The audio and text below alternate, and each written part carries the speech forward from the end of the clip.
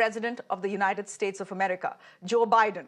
President Joe Biden, let's just put out those pictures as well, has touched down on Indian soil a little under an hour ago. And his first official engagement is a bilateral with Prime Minister Narendra Modi. In fact, he's already at 7 LKM, which is Lok Kalyan Marg, which is the Prime Minister's official residence. The meeting, we have no official word from inside, but the meeting would have begun because post the meeting is, of course, the dinner the two men will be having together. Now, the two have met nearly a dozen times in the past.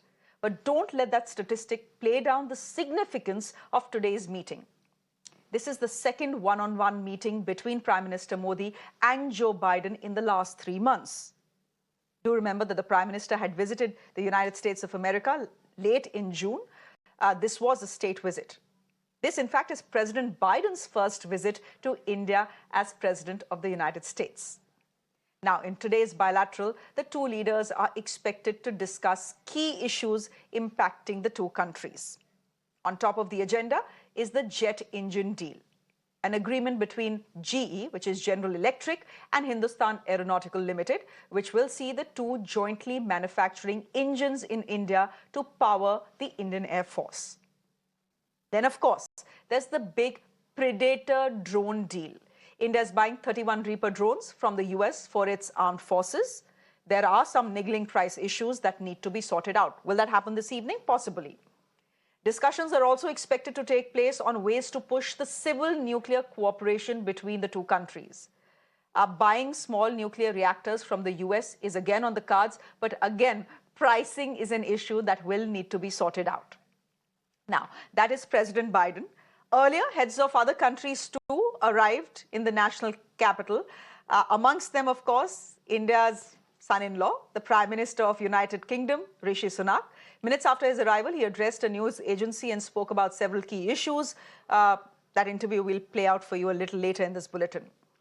While the focus is on the grand arrangements and the presence of the United States of America's president, there is also a big hole that has made headlines: the absence of Russian President Vladimir Putin and Chinese President Xi Jinping.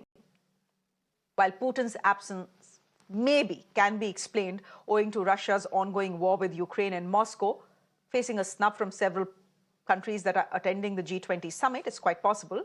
Mr. Xi deciding to give the meeting a miss is being seen very clearly as Beijing's attempt to sabotage what is a glorious moment for India. Now, the absence of the two world leaders has been much talked about, especially in the international media. But it cannot take away the fact that the event in Delhi is going to be a success. Question, of course, is whether we will see a Delhi declaration. Let me go across to Madhav, who is joining us on the broadcast once again. Madhav, you are at the beautiful Bharat Mandapam, and I'm just going to ask our producers to put out pictures of President Joe Biden, who arrived a little earlier today, and then we are seeing pictures of Justin Trudeau come in and the Turkish president come in as well. One accompanied by his wife, the other accompanied by his son. Again, we don't know, we cannot second guess what is going to happen in the next 2 days, Madhav, but is there some degree of optimism on getting a Delhi declaration? Because, one can argue that President Putin is not here, that Xi Jinping is not here either. But the fact is that they have sent representatives, and this is not in the negotiating room. They are not going to be a weak side. Well, absolutely. And in fact, I don't know if you're aware, Shreya, but there have been very intense negotiations between the Sherpas through the last several months. We have seen, for instance, in Hampi, we have seen this happen at Kumarakam and in other locations of India as well, where we've seen several rounds of Sherpa meetings outside of New Delhi, on the outskirts of New Delhi in Gurugram. For the last 3 to 4 days, there have been intense discussions there as well between the Sherpas to try and arrive at some consensus. And on at least one of the issues where India has been pushing very hard for a consensus to arrive at is on the issue of cryptocurrency, and they're hoping that they would be able to achieve something on that regard. There's also the all-important issue of African Union, becoming a part of G20 as well. And our sources are indicating that perhaps that could be one of the big-ticket announcements as well to better represent G20 as a forum. We often talk about it representing the global south and also better geographical representation, globally speaking. So a lot of benefits and a lot of talks and a lot of demand also for the African Union to be incorporated as part of the G20. All of these are very important announcements indeed. There are several other areas, in areas of agriculture, health, technology, so on and so forth, where they are expecting to see some amount of work and also cooperation between various G20 countries to help each other in domains where some countries may be stronger than others, and in countries where they are weaker, or domains where they are weaker rather, there they can take help from other member nations. So that's the spirit behind the G20. What the final form of the final outcome, the declaration, the document will be is something, of course, that is anybody's guess. The world leaders will have to put their stamp of approval, as we know, tomorrow before it is made public. But certainly sources indicating that there could be a big declaration, there could be that big ticket Delhi declaration, as you were rightly calling it, that could come out of this G20 summit. All right. All right. We leave it there for the moment, Madhav. Thank you very much for joining us at the top of 8 as the meeting between President Joe Biden and Prime Minister Narendra Modi gets underway. It's a big bilateral, the second we are seeing in less than 3 months.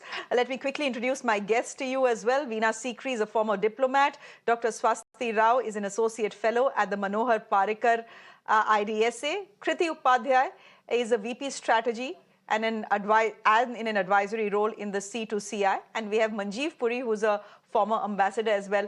Ladies and gentlemen, thank you very much for joining us. More ladies than gentlemen this evening, and that is so good to see. Who should I go to first? First of all, thank you very much for your patience. There were pictures coming in, and such is the nature of TV that visuals take precedence over anything else. So ladies and gentlemen, thank you very much for your patience. Let me quickly go across to Veena Sikri. Veena Sikri, the big bilateral, the big Biden bilateral, as it is being called, is getting underway.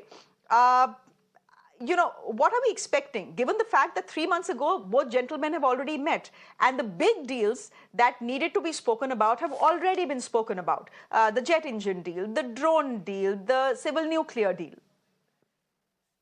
Key factor and the importance of the meeting, the bilateral between President Joe Biden and Prime Minister Modi, is the focus on implementation.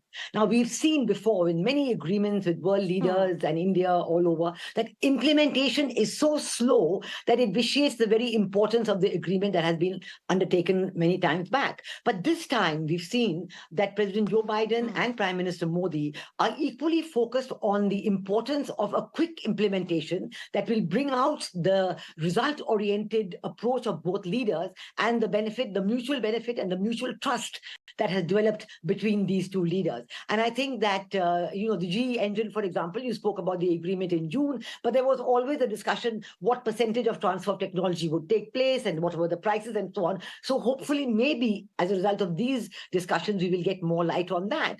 Similarly, on the civil nuclear cooperation, there is talk about maybe smaller nuclear reactors and a different approach so that we get a quick implementation. Again, this is something that has been there on the books for a long time, but implementation has been very, very slow. So this does focus the importance on how President Joe Biden is giving the highest importance to the relationship with India and hoping that we will get the quick implementation. Of course, on the other side, certainly you can quickly point to the fact that there would be talk on the Ukraine-Russia war and on the inclusion of the reference to this issue in the final document. I certainly think that we have heard that from the Sherpas, from Amitabh Kant and others, that their work is completed.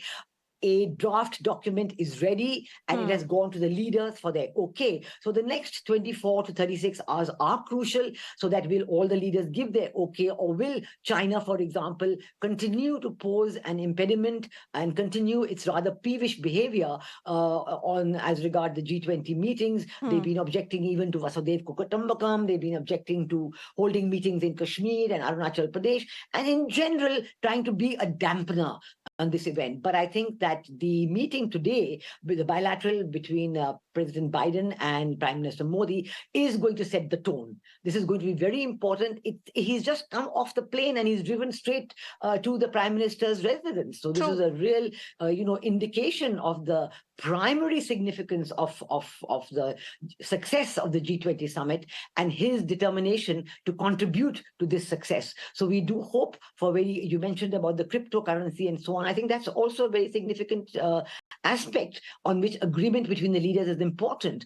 And I think all the issues that are going to be reflected in the final document will be seen, discussed by the two leaders. Mr. Puri, the optics are absolutely in place. They are looking great. Here is the President of the United States of America, who's on his first trip to India. He's 80 years old.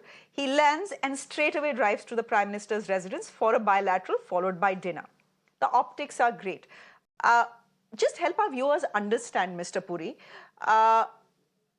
why is it necessary for us by the end of the G20 to have an official communique, as it were?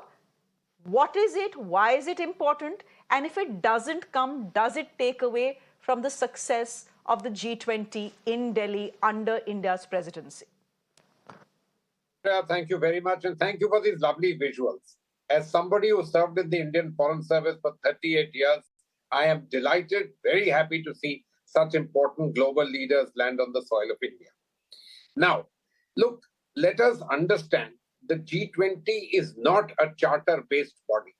It is a place where countries come together and take action in consonance, as was done during the 2008 economic crisis. They all act in the same way that helps the global economy or global action. Or they come together, decide on a course of action, and then they go to the treaty-making institution, the UN or the IMF, wherever it is, and all the biggies are on one side, the decisions get taken and the de jure action gets taken. This is something we should clearly understand. Now, my understanding is that on most of the subject matters, which are of importance here, importance of India too, importance to the global south, importance to the global economy, there is a general meeting of the minds. This includes the fact that the finance track agreed to set up a G20 expert group for the reform of the multilateral development banks. There's a Chinese also serving on that. So there's a lot on all this. Now you come to this communique, which everybody is talking about, and I understand why the media and others want to refer to it. It's what political sort of headlines, it's what makes there. So if you look at it, and if the issues are Ukraine and Russia, then if you don't mind my saying so, the obduracy is coming from the West. Because the news reports which are coming out, if you're trying to find a via media, who's the one who's upping the ante and saying it should be extremely tough, this, that, and the other, condemnatory language should be there. The Chinese are, of course, I'm sure, doing their own bit in several other aspects because, there are reasons why they should want to do it. For example, about debt sustainability. They don't want the issue to become either finger pointing at them or in terms of, their being the heavy lifters, etc. But I think on the overall, India has not only presented itself very well, presented itself as a constructive bridge builder, presented itself as a country which has not just an emerging country, but has emerged as a global leader. We've done well. All sides acknowledge this particular fact, and all of this is being seen. So I remain hopeful. But, this is a matter between 20 plus maybe another 20 people who know what's going on. And we have to wait for what happens. But again, let me stress the point. Forget the form of this final outcome document. Let us be clear that the outcomes of this particular G20 will be outcomes in which there will be general global consensus, especially on development, sustainability, cryptocurrencies, digital public infrastructure, all of those. And it will help take the globe, the global economy, and the humankind in general forward. And if I may use this expression, in a human-centric manner. Kriti, could I just request you to come in here? You've just spent 10 days in Delhi and you're now back in America. Veena ji has spoken about what the major issues are going to be as President Joe Biden and Prime Minister Modi meet. They are meeting as we speak. There are nuclear reactors, there are jet engines, there are drones. There are a host of issues that need to be sorted out. It's a bilateral that will see a certain degree of bargaining as well, because there are niggling price issues that need to be sorted out, especially when it comes to the drone deal, especially when it comes to nuclear reactors. But Kriti, there are other concerns that India has as well vis-a-vis the United States of America and China. India, for example, has felt for some time now that the United States of America's primary focus has been the South China Sea, the Pacific Islands, etc., and not so much the Indian Ocean region. Do you think that is something that is going to be addressed as well? The elephant in the room, Kriti, of course, is the fact that Xi Jinping has decided to give the meet a miss. Thank you, Ms. Shreya. Actually, I got in just this morning, 4 hours before, so pardon me if I'm a little bit jet lagged. But definitely the energy in B20, which I attended, was terrific, and seeing these visuals is really reassuring. I will add on the bilateral issues, just so that we don't sort of skip it out, because I heard the drone deal, I heard the jet engines, which, by the way, India is now preparing the LOR for within a month. So good to see great progress there. But there is also the supply chain agreement, which, this time when Prime Minister Modi visited US, it was announced. There's also the reciprocal defense procurement agreement, something that is very, very critical both to the US and India. For US, because it provides cost efficiency and supply chain resiliency; for India, because it allows its startups to really work with the DoD and federal agencies in a more direct manner. So I think those issues will also be there and discussed. But ultimately, as you said, the G20 really is a forum for global issues, global political and economic challenges. And I really think that is going to be at the key forefront. So talking about financial institutions, especially the role that they have to play now with China sort of pulling back.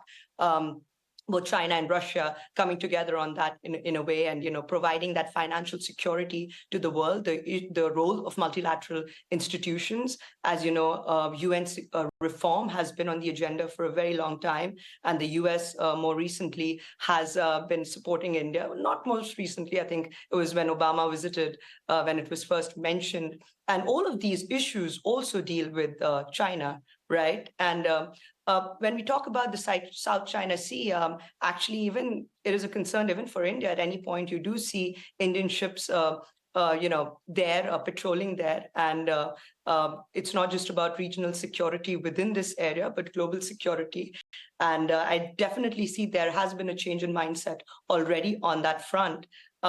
So definitely see China and Russian issues coming up there. I'm definitely sure that the leaders, even if it's not publicly mentioned, the leaders will talk about Russia, Ukraine as well. And I think India's real contribution to the G20 agenda has been making it a people's presidency, right? That's why you have issues such as when I was there attending B20, I had the opportunity to hear the Prime Minister speak, and he was talking about issues such as food security. India's whole thing on millets is sort of linked to that.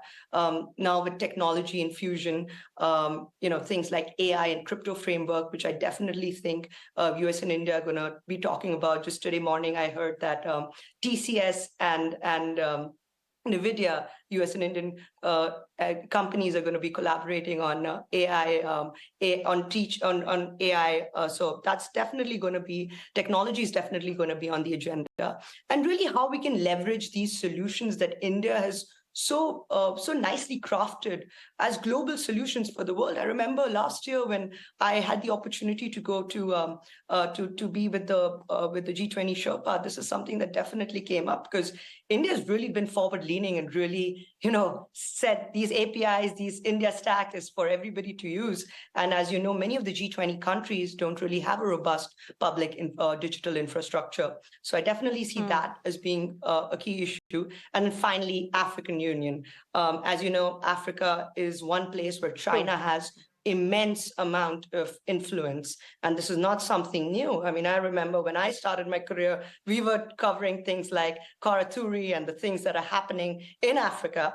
And with India really saying that, hey, Africa cannot be just left out. It's just not fair that you have one African country, South Africa, within the G20, and actually the inclusion of African Union.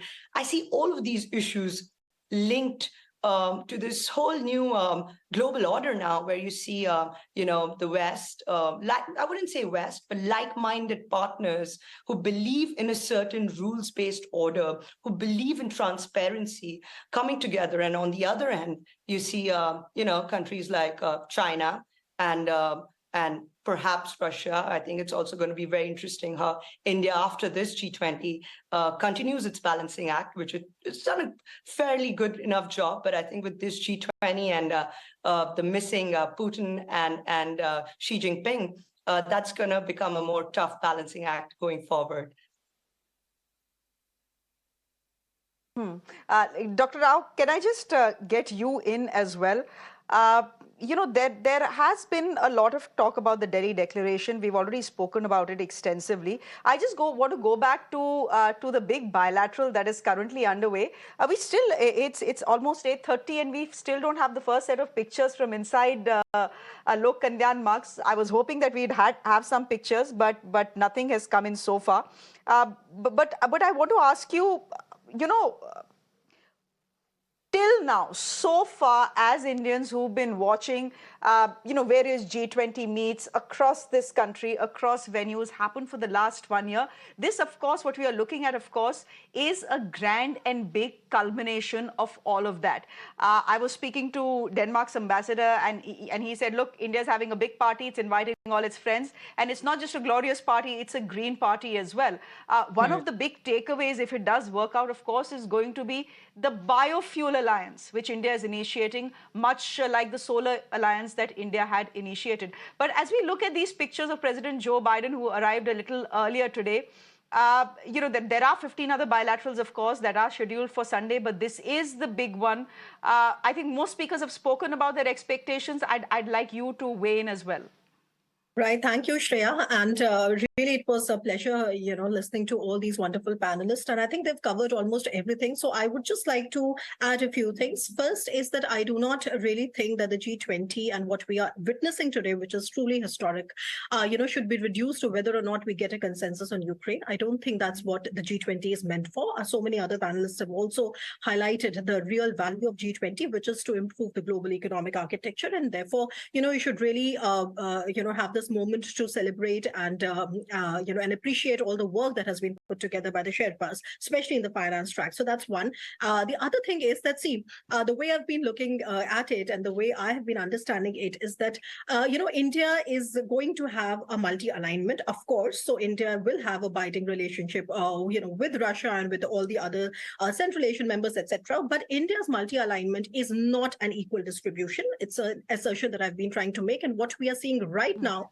with this very, keenly observed and followed bilateral, a very important one at that, with Joe Biden, I think it's again a kind of a reiteration that yes, India and the US are somewhere, coming together in a way which is very unprecedented in a situation which is based on a very solid quid pro quo, on Indo-Pacific, on China, and whatever we are doing, right now. I think another way to look at it, Shreya, is that let's understand that the G20, India is now, we are seeing this culmination of this year-long festivities and, the human-centric, so to say, approach to, collective so to say, interest and all of that. But now it is coming to an end, and India would be now handing over the baton to Brazil and then later to South Africa.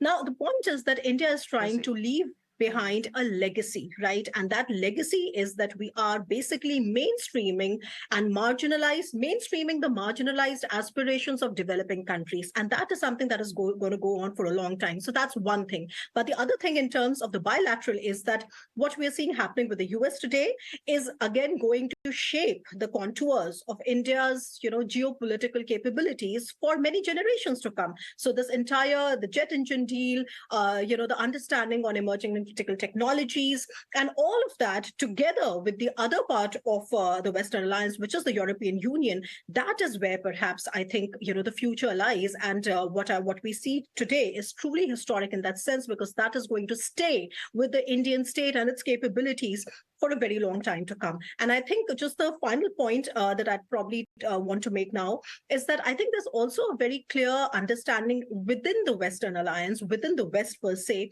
is that empowered India is in the long-term interest of the West. Okay, and all this convergence that you see around Indo-Pacific, around emerging technologies, around defense deals, around technology transfer, all of which were thorny issues earlier, are now getting smoothened out only because of this convergence of interest, which is going to last for a really long time. So that's what I think about what is happening right now. Okay. Thank you very much.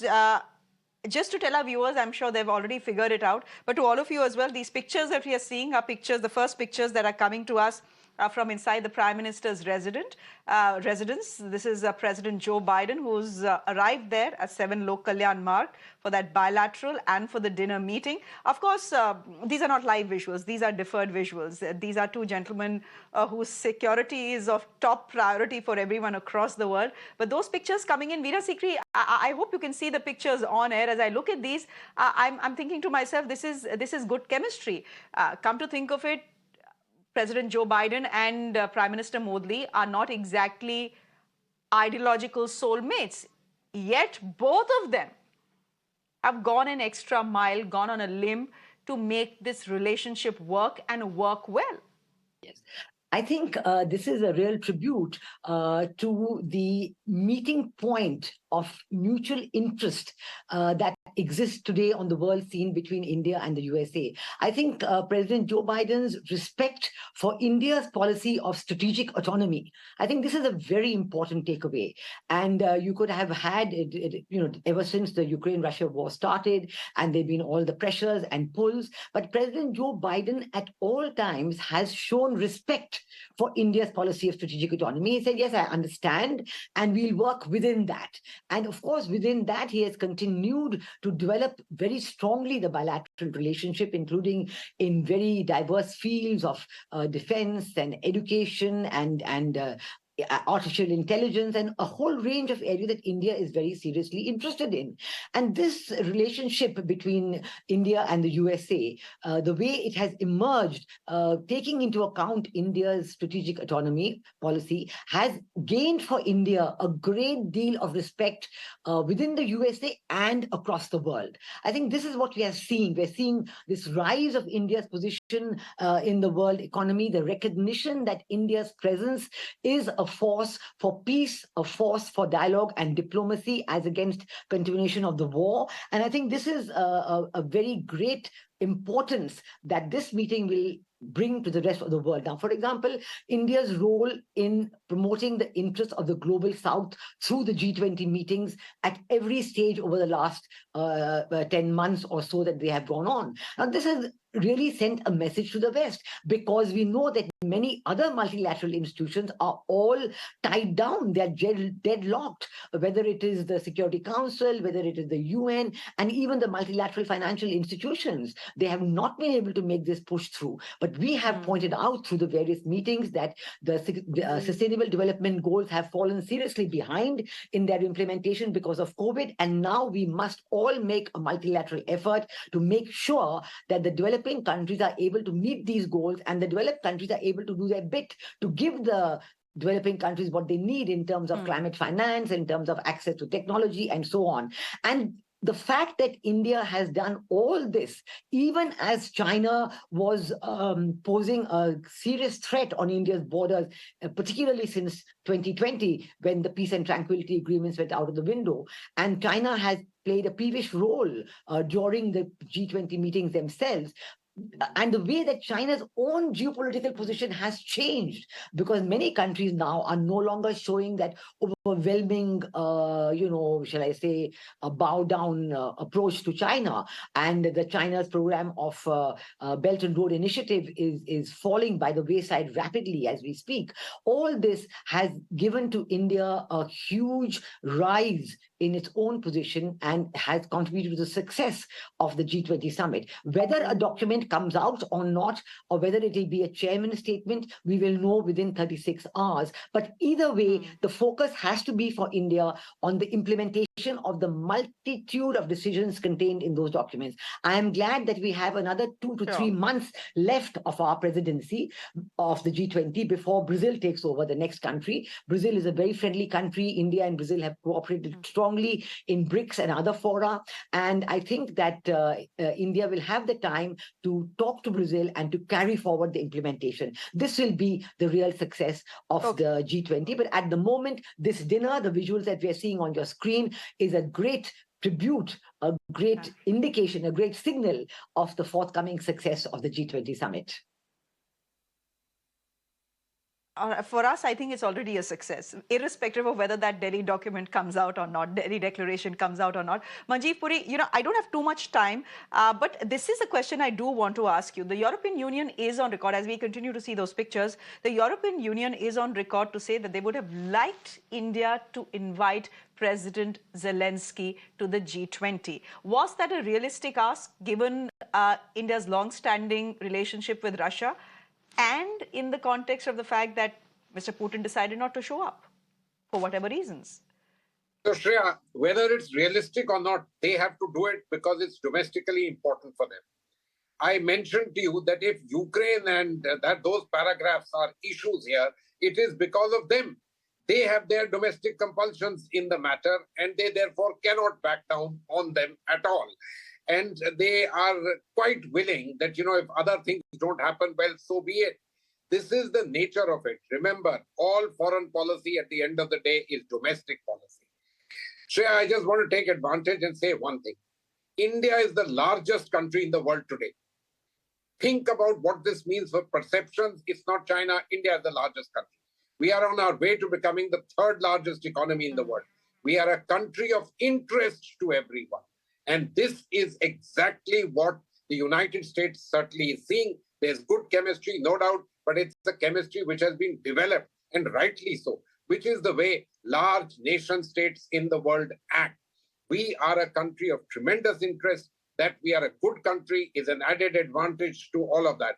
And remember, the more we speak about strategic autonomy, the more the space that they think that they have for it, because they think that at the moment you are leaning in a different direction. That's the nature of the game. But all in all, in my opinion, this G20 is a case exactly as you said. We've already won it. We've done it. And everybody has acknowledged the fact. We'll see what the outcome document looks like. Okay, we'll leave it there then. Thank you very much, Manjeev Puri, for joining us. Thank you very much, Kriti Upadhyay, for joining us from the United States. Dr. Swasti Rao, good to have you on the show as always. And Veena Sikri, was good to have you on the show and listen to you. Thank you all. Thanks very much for joining us.